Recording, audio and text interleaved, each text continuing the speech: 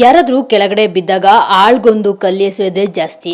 ಆದರೆ ನಾವೇನಾದರೂ ಒಳ್ಳೆಯ ಕೆಲಸಗಳನ್ನ ಮಾಡಿದರೆ ನಮ್ಮನ್ನು ಮೇಲಕ್ಕೆತ್ತೋ ಕೈಗಳು ಇರ್ತವೆ ಅನ್ನೋದನ್ನು ಮಾತ್ರ ಮರಿಬಾರ್ದು. ಸೊ ಚಾಲೆಂಜಿಂಗ್ ಸ್ಟಾರ್ ದರ್ಶನ್ ಅವರ ವಿಷಯದಲ್ಲಿ ಸದ್ಯಕ್ಕೆ ಎಲ್ಲರೂ ಪರೋ ವಿರೋಧ ಚರ್ಚೆಗಳು ಕೇಳಿ ಬರ್ತಾ ಇದೆ. ಜೊತೆಗೆ ಸಾಕಷ್ಟು ವಿರೋಧದ ಮಾತುಗಳು ಕೂಡ ಕೇಳಿ ಬರ್ತಿರುವಂಥದ್ದು. ಆದರೆ ಈಗ ನಮ್ಮ ಜೊತೆ ಇದ್ದಾರೆ ಪ್ರೊಡಕ್ಷನ್ ಮ್ಯಾನೇಜರ್ ದಶಾವರ ಚಂದ್ರು ಅವರು. ಸೊ ಅವ್ರು ಏನು ಹೇಳ್ತಾರೆ ಅಂತ ಅವರಿಂದಲೇ ಮಾತಾಡಿಸಿ ತಿಳ್ಕೊಳ್ಳೋಣ. ಯಾಕಂದರೆ ಇವರಿಗೆ ನಿನ್ನೆ ಮೊನ್ನೆ ದರ್ಶನ್ ಜೊತೆ ಒಡನಾಟ ಇಲ್ಲ. ಬಿಕಾಸ್ ಸುಮಾರು 20 ವರ್ಷಗಳಿಂದ ಅವ್ರ ಜೊತೆ ತುಂಬ ಒಡನಾಟ ಇಟ್ಕೊಂಡಿದ್ದಾರೆ, ಜೊತೆಗೆ ಆಪ್ತರು ಕೂಡ. ಸೊ ಅವ್ರನ್ನೇ ಮಾತಾಡ್ಸೋಣ. ಸರ್, ಈಗ ನೀವು ನೋಡ್ತಾ ಇರ್ಬೋದು ದರ್ಶನ್ ಅವರು ಆರೋಪಿ ಆಗಿದ್ದಾರೆ ರೇಣುಕಾ ಸ್ವಾಮಿ ಅವರ ಕೊಲೆ ಕೇಸ್ನಲ್ಲಿ. ಸೊ ಏನು ಹೇಳ್ತೀರಿ ಸರ್? ಫಸ್ಟ್ ಆಫ್ ಆಲ್ ನೀವು ಈ ಸುದ್ದಿ ನಿಮಗೆ ಗೊತ್ತಾಗಿದ್ದ ತಕ್ಷಣ ಏನು ಅನ್ನಿಸ್ತು ನಿಮಗೆ ಅಂತ? ಈ ಥರ ಸುದ್ದಿ ಗೊತ್ತಾದ ತಕ್ಷಣ ನಮ್ಗೆ ತುಂಬ ಆಘಾತ ಆಗಿದೆ. ಇಂಥ ಒಳ್ಳೆಯ ನಟನಿಗೆ ಅಂದರೆ ನಾನು ಒಂದು 22 ವರ್ಷದಿಂದ ಕರಿಯಾ ಪಿಕ್ಚರಿಂದ ಜೊತೆಗೆ ವರ್ಕ್ ಮಾಡ್ತಾ ಬಂದಿದ್ದೀನಿ.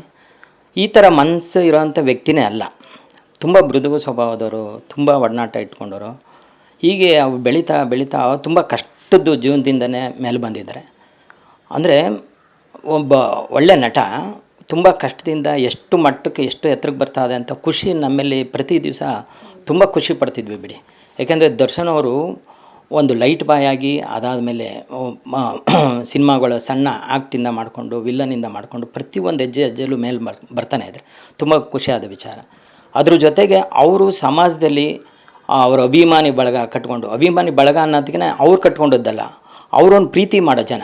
ಯಾವ ರೀತಿ ಅಂತಂದರೆ ಅವ್ರು ನಡವಳಿಕೆ ನಡ್ಕೊಂಡು ಬಂದದ್ದು ರೀತಿ, ಬೆಳೆದದ್ದು ರೀತಿ, ಅವ್ರೊಂದು ಪ್ರೀತಿಸ್ತಾ ಬಂದರು. ಯಾಕೆ ಇಷ್ಟೊಂದು ಬಳಗ ಅಭಿಮಾನಿ ಬಳಗ ಅಂತ ಸುಮ್ಮನೆ ಅನ್ನೆಸರಿ ಮಾತಾಡೋದಲ್ಲ. ಅವ್ರು ಬೆಳೆಸ್ಕೊಂಡು ಬಂದಂಥ ರೀತಿ, ಅವರು ಪ್ರತಿಯೊಬ್ಬರಿಗೂ ಯಾವ ರೀತಿ ನಡ್ಸ್ಕೊತಾರೆ ಅಂದರೆ, ಪ್ರತಿಯೊಬ್ಬರು ಏನೋ ಒಬ್ಬರು ಕಷ್ಟ ಅಂತ ಹೋದಾಗ ಇವತ್ತು ಕೂಡ ನೋಡ್ತಾನೆ ಇದ್ದೀನಲ್ಲ, ಒಂದು ವಾರದಲ್ಲಿ ಒಂದು ಮಿನಿಮಮ್ ಒಂದು 200-300 ಜನ ಅವ್ರನ್ನ ಭೇಟಿ ಆಗ್ತಾರೆ, ಅವರಿಂದ ಸಹಾಯ ಪಡಿತಾರೆ, ಅವರಿಂದ ಒಳ್ಳೆ ಕೆಲಸಗಳು ಮಾಡಿಸ್ಕೊಂಡು ಒಂದು ಎಕ್ಸಾಮ್ಸ್ಗಾಗಲಿ ಒಂದು ಪರೀಕ್ಷೆಗಾಗಲಿ ತುಂಬ ಮಕ್ಕಳು ನೋವು ಅಂತ ಬಂದವ್ರಿಗೆ ಸಹಾಯ ಮಾಡಿದ್ದಾರೆ ಹೊರತು ಪ್ರತಿಯೊಂದು ಟಿ ವಿನಲ್ಲಿ ನೋಡ್ತಾ ಇದ್ದೀನಿ. ಆಮೇಲೆ ಅವ್ರ ಆಶ್ರಮಗಳು ನಡೆಸ್ತಾಯಿದ್ದಾರೆ. ಅವರು ಫಸ್ಟ್ ಆಫ್ ಆಲ್ ಬರ್ತ್ಡೇಗೆ ಅವ್ರು ಏನು ಬೇಕಾದ್ರು ಹೂವು ತರಾರಿ ಆ ಥರ ಮೆರೆಯಂಥ ನಟ ಆಗಿದ್ರೆ ಅಂತ ಅನ್ಕೋಬೋದಿತ್ತಲ್ಲ. ಅವರು ಅದನ್ನು ಯಾವುದು ಬೇಡ, ನಮಗೆ ನೀವು ಎಲ್ಲ ಅಕ್ಕಿನ ಮೂಟೆ ರೀತಿಯಲ್ಲಿ ತಂದುಕೊಡಿ, ನಮ್ಮನ್ನು ಸಹಾಯದಲ್ಲಿ ಹಸ್ತದಲ್ಲಿ ಯಾರಿಗೆ ಬೇಕಾದರೂ ನಾವು ಎಲ್ಲಿಗೆ ಬೇಕಾದರೂ ಯಾರು ಸಹಾಯ ಅಂತ ಮಾತ್ರ ಅವ್ರಿಗೆ ಹೆಲ್ಪ್ ಆಗುತ್ತೆ. ಆ ಥರ ಮನೋಭಾವನೆ ಇಟ್ಕೊಂಡಿರೋ ವ್ಯಕ್ತಿಗೆ ಈ ಥರದ್ದು ಅನ್ಎಕ್ಸ್ಪೆಕ್ಟೆಡ್ ಆಗಿ ಅತಾಚುರಿ ಆಗಿದೆ. ಒಂಥರ ನೋವಾಗುತ್ತೆ, ತುಂಬಾ ದುಃಖ ಆಗುತ್ತೆ. ಯಾಕೆಂತಂದರೆ ಒಂದು ಒಳ್ಳೆಯ ನಟ ಈ ಥರ ಬೆಳೀತಾ ಇದ್ದಂಥ ನಟನಿಗೆ ಈ ಥರ ಪರಿಸ್ಥಿತಿ ಒದಗಿ ಅಂದರೆ ತುಂಬ ನೋವಾಗುತ್ತೆ. ಯಾಕೆಂದರೆ ಆ ಥರ ವ್ಯಕ್ತಿನಲ್ಲ ನಾನು. ಅವ್ರ ಜೊತೆಯಲ್ಲಿ ಬೆಳೆದು ಬಂದಿರೋಂಥ ನಟ ಆಗಿರೋದ್ರಿಂದ, ಕೆಲಸಗಾರ ಆಗಿರೋದ್ರಿಂದ 22 ವರ್ಷದಿಂದ ಅವ್ರ ಜೊತೆಯಲ್ಲಿ ವರ್ಕ್ ಮಾಡ್ತಾಯಿದ್ದೀನಿ. ಆದರೆ ಆ ಥರ ವ್ಯಕ್ತಿನೇ ಅಲ್ಲ ನನ್ನ ಪ್ರಕಾರ. ಅದು ಏನು ಅನ್ಎಕ್ಸ್ಪೆಕ್ಟೆಡ್ ಆಗಿದೆಯೋ ಏನಾಗಿದೆಯೋ ಅವ್ರದ್ದು ನಡೆದಿದೆ, ಚಾನಲ್ಸಲ್ಲಿ ಬರ್ತಾಯಿದೆ, ಅವ್ರ ಫ್ಯಾಮಿಲಿ ಬ್ಯಾಕ್ ಡ್ರಾಪಲ್ಲಿ ಬರ್ತಾಯಿದೆ, ಎಲ್ಲನೂ ಬರ್ತಾಯಿದೆ, ನೋಡ್ತಾನೆ ಇದ್ವಿ. ಆದರೆ ಎಲ್ಲನೂ ಜನ ತುಗ್ಗಿಸ್ಕೊಂಡು ಏನೇನು ಕಷ್ಟಗಳನ್ನ ದಿನಗಳನ್ನೆಲ್ಲ ಮೇಲೆ ಬರ್ಸ್ಕೊಂಡು ಒಂದು ಒಳ್ಳೆ ರೀತಿಯಲ್ಲಿ ಬರ್ತಾಯಿದ್ದಾರೆ. ಒಂದು ದಿವಸ ನನ್ನ ಅನುಭವ ಅಂದರೆ, ಅಂಬರೀಷ್ ಅವ್ರದ್ದು ಸತ್ತಂಥ ದಿವಸದಲ್ಲಿ ಬಾಡಿ ತೊಗೊಂಡೋಗ್ತಾ ಇದ್ದಾಗ ಅಂಬರೀಷ್ ಅವ್ರಿಗೆ ಅಭಿಮಾನ ಎಷ್ಟು ಜನ ಬಂದು ಅವತ್ತು ನೋಡಿದ್ದೀವಲ್ಲ. ಅಪ್ಪಾಜಿಯವ್ರದ್ದು ಸತ್ತಾಗ ಕೂಡ ಎಷ್ಟು ಜನ ಬಂದಿದ್ದರು, ಅಂಬರೀಷ್ ಅವ್ರು ಬಂದಾಗ ಸತ್ತಾಗ ಎಷ್ಟು ಜನ ಬಂದಿದ್ದರು. ಅದೇ ರೀತಿ ದರ್ಶನ್ ಅವ್ರ ಪಕ್ಕದಲ್ಲಿದ್ದಾಗ ನನ್ನ ಕಣ್ಣಾರ ಕಂಡಂಥ ವ್ಯಕ್ತಿ ಅಷ್ಟು ಅಭಿಮಾನಿಗಳು ಒಂದು ಸಮುದ್ರ ರೀತಿ ಅಲೆ ರೀತಿಲಿ ಕೂಗು ದರ್ಶನ್ ಅಂತ ಕೂಗೋದು ನಮಗೆ ಅಷ್ಟು ಖುಷಿ ಕೊಡುತ್ತೆ. ಈಗ ಅಷ್ಟೊಂದು ಕನ್ನಡ ಇಂಡಸ್ಟ್ರಿನಲ್ಲಿ ಬೆಳೆದಿದ್ದಾರೆ, ಒಂದು ದೊಡ್ಡ ನಟ ಅಂತಲೂ ಕೂಡ ಹೇಳ್ಬೋದು. ಆದರೆ ಈ ಥರ ಪರಿಸ್ಥಿತಿ ಯಾಕೆ ಈ ಥರ ಆಯಿತು ಅನ್ನೋದು ನಮಗೆ ದುಃಖ ತಂದು ಕೊಟ್ಟಿದೆ. ಖಂಡಿತ ಈ ಥರದ್ದು ಪರಿಸ್ಥಿತಿ ಬರಬಾರ್ದು. ಆದರೂ ಈ ರೀತಿ ಆಗಿದೆ ರೇಣುಕಾಸ್ವಾಮಿ ವಿಷಯದಲ್ಲಿ. ಅಂದರೆ ರೇಣುಕಾಸ್ವಾಮಿ ಈ ಥರದ್ದು ವ್ಯಕ್ತಿಗಳು ಲಕ್ಷಾಂತರ ಜನ ಇದ್ದಾರೆ. ಆಮೇಲೆ ಮೊಬೈಲ್ ಮುಖಾಂತರ ಈ ಥರ ಮಾಡ್ತಾರೆ. ಈ ಥರದ್ದು ಮಾಡೋದು ತಪ್ಪು.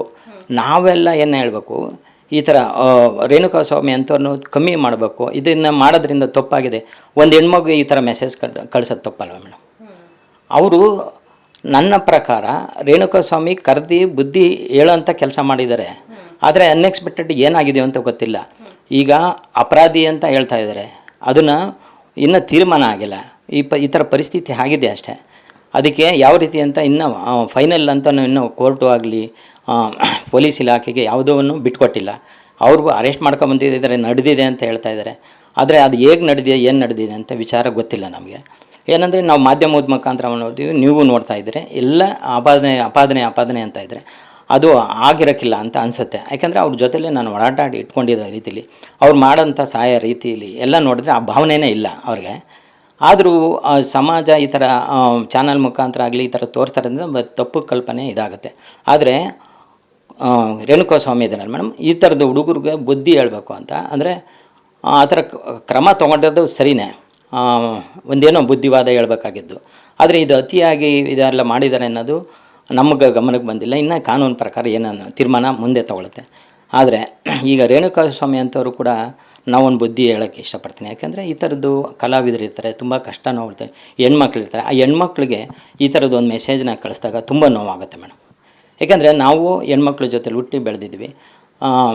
ಎಲ್ಲರೂ ಹೆಣ್ಮಕ್ಳು ಇದ್ದಾಗ ಈ ಕೆಲವು ವಿಚಾರಗಳನ್ನ ನಮ್ಮ ಹತ್ರನೂ ಹೇಳ್ಕೊಂಡಿದ್ದಾರೆ. ಯಾರ್ಯಾರೋ ಮಾತಾಡಿದಾಗ ಈ ಥರ ಮೆಸೇಜೆಲ್ಲ ತಿಳಿಸಿದ್ದಾರೆ. ಅದೆಲ್ಲ ತಪ್ಪಲ್ವ, ಈ ಥರ ಎಲ್ಲ ಮಾತಾಡ್ಸೋದೆಲ್ಲ ತಪ್ಪಲ್ವ ಅಂದರೆ ಅವ್ರಿಗೂ ನೋವಾಗುತ್ತೆ. ಆ ನೋವಿನ ವಿಚಾರ ಸಂಗತಿ ಬಂದಾಗ ರೇಣುಕಾಸ್ವಾಮಿ ಮಾಡಿರೋದು ತಪ್ಪ. ಅದನ್ನು ಯಾಕೆ ನಮ್ಮ ಚಾನಲ್ನವರು ಅದನ್ನು ತೋರಿಸ್ತಾ ಇಲ್ಲ, ಅದನ್ನು ಕಠಿಣವಾಗಿ ತೊಗೊತಾ ಇಲ್ಲ? ಸಮಾಜಕ್ಕೆ ಈ ಥರದ ವಿಷಯಗಳು ಇಂಥವರೆಲ್ಲ ಮುಂದೆ ಬರಬಾರ್ದು. ಸಮಾಜ ಈ ಥರ ಸೆಲೆಬ್ರಿಟಿಗಳು ಇದ್ದೇ ಇರ್ತಾರೆ, ಸಮಾಜನೂ ಇದ್ದೇ ಇರ್ತದೆ, ಜನಗಳು ಇದ್ದೇ ಇರ್ತದೆ. ಈ ಥರದವ್ರಿಗೂ ಒಂದು ಸ್ವಲ್ಪ ಬುದ್ಧಿವಾದ ಹೇಳೋ ಥರ ಅವ್ರೂ ಕೂಡ ಕರೆಕ್ಟಾಗಿ ಅವ್ರು ಮಾಡಿರೋದು ತಪ್ಪು ಅನ್ನೋದನ್ನು ತೋರಿಸೋ ಥರ ನಾವೇ ಮಾಡಿರೋದು ಸರಿ ಅಂತಲ್ಲ. ಇನ್ನು ಕೋರ್ಟ್ ಇದೆ, ತೀರ್ಮಾನ ಇದೆ, ತೊಗೊಳ್ತಾರೆ. ತೀರ್ಮಾನ ತೊಗೊಳ್ತಾರೆ. ಅದನ್ನು ಬಿಟ್ಬಿಟ್ಟು ಈಗ ಅವನದು ಕೂಡ ಒಂದು ತಪ್ಪನ್ನು ಸಮಾಜಕ್ಕೆ ತಿಳಿಸಿದ್ರೆ ಈ ಥರದವರು ಈ ಥರ ಏನೋ ಮೈಂಡ್ ಎಲ್ಲರೂ